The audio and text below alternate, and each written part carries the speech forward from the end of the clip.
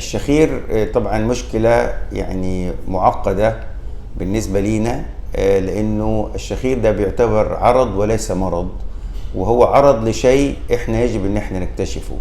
فالشخير بيزيد مع كبر السن، بيزيد مع التعب، بيزيد مع عوامل كثيرة.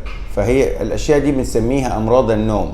فأي أحد بيشتكي بالشخير بنتم فحصه من ناحية الأنف ومن ناحية الفم ومن ناحية الحلق، وبنشوف كل الأشياء الخاصة بينا إحنا كجراحين.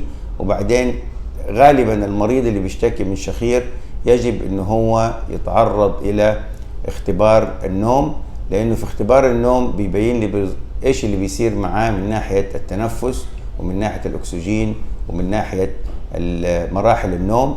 أي مريض بيشتكي من الشخير أثناء النوم يجب أنه هو يمر على دكتور الأنف والأذن والحنجرة، ويجب أن يعمل اختبار النوم كمرحلة أولى، ومن بعد اختبار النوم يتم عمل خطة علاجية للمريض.